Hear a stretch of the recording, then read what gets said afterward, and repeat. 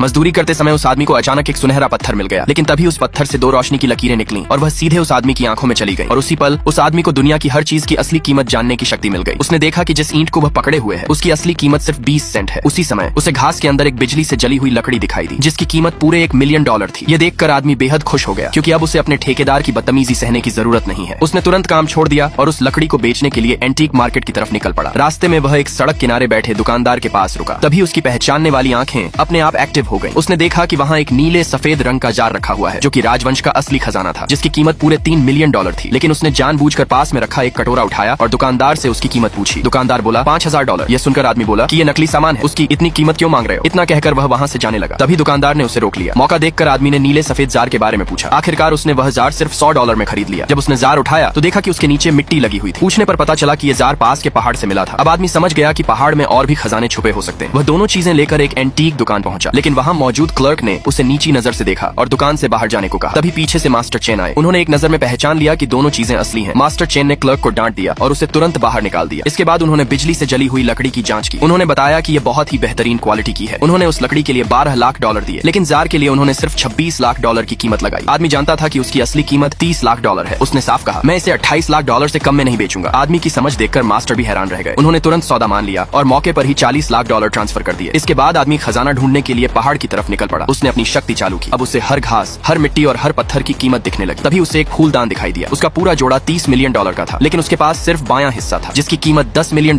थी। उसने फूलदान को टोकरी में रखा। उसी समय एंटीक दुकान में एक खूबसूरत महिला सीओ मास्टर से मिल रही थी। वह उसी फूलदान का दूसरा हिस्सा ढूंढ रही थी और उसके लिए $20 मिलियन देने को तैयार हो गई। लेकिन मास्टर चेन ने कहा कि दूसरे हिस्से का कोई सुराग नहीं है।